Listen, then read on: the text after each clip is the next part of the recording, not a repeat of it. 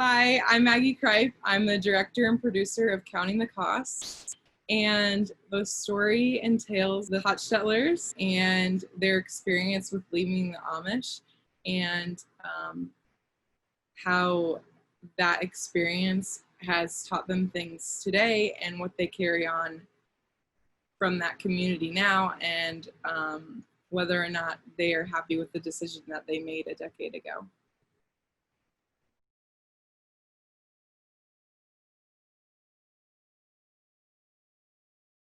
I had come across an individual and she had shared very briefly that when she was a child, she was Amish.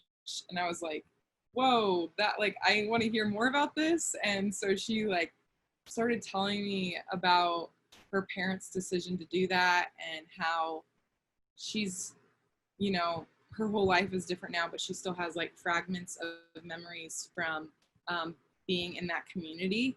And I was like, this needs to be told for sure. And so I got in contact with her parents, and they were more than willing to share their story. And it was almost as if they've been waiting for something like this to happen, because the content was so rich. And I definitely had to figure out a way to tell both of the sides of the story, because we have a family who's left, and obviously they have reasons that they left, so they're going to tell their story in a perspective that's going to be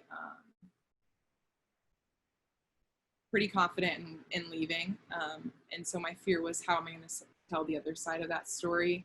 And so I just had to go down the route of, not stereotyping the community in any way, and not turning it into something evil, like I think a lot of maybe TV shows or movies can do, or even on the other side, romanticize the community as well. So I had to just figure out later in editing with my editor on how to do that. But yeah, that is how I found that story, and it was literally by chance of meeting this person. And so yeah.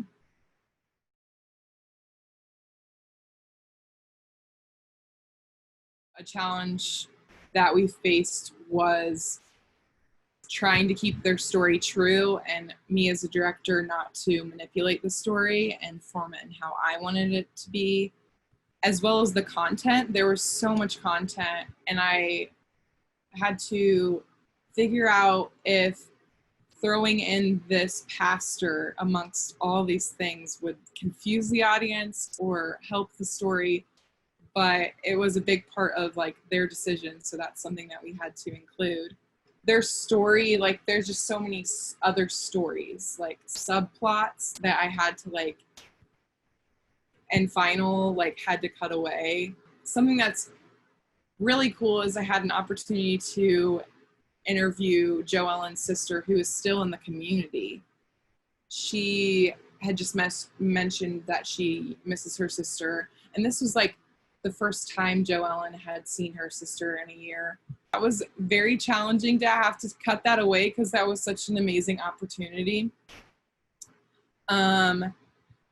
And also, I just wanted their story to be viewed by multiple audiences. They have the Christian faith, and I was fearful if we turned it into a gospel message that people might overlook their story of leaving. So yeah, I had to make the decision on what do we keep in the faith component and what do we take out. So yeah, those were some of the challenges.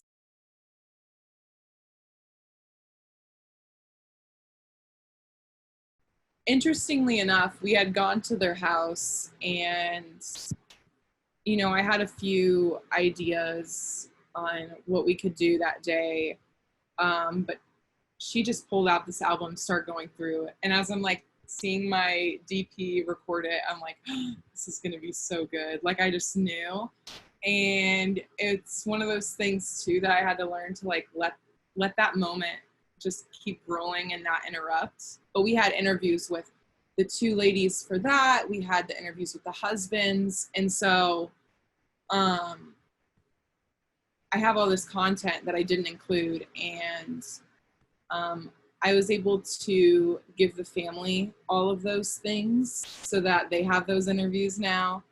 And so I would definitely say that that is something that's really cool is I was able to create this little miniature documentary, but they also now have this content to show their grandchildren. And I'm sure they'll tell the story themselves, but they'll also have it in story format.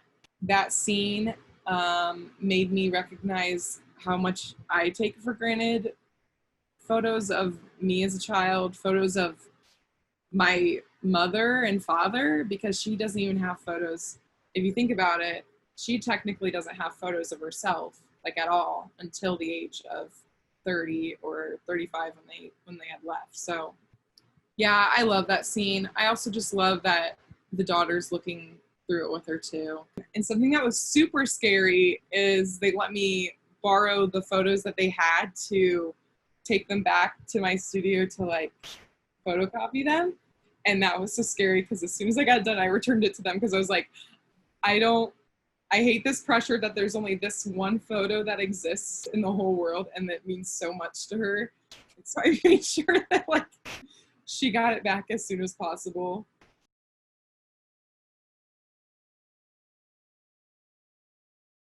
So our school had put on a screening. So I had made this film in the documentary class that I was in.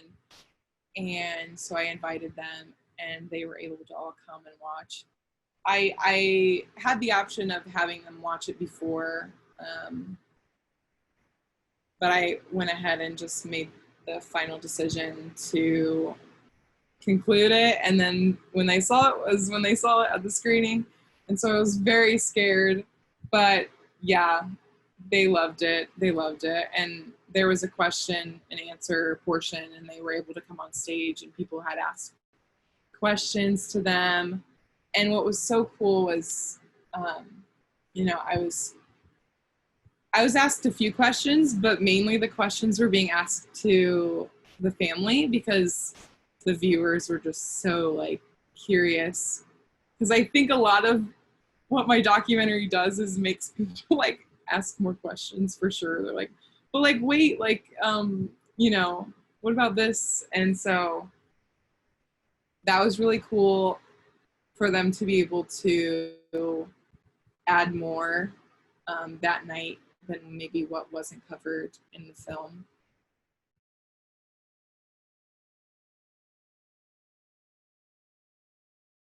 Currently have just found a team for a client that I have in the city of Marion, Indiana, and they want a production piece for recruitment of police and firemen.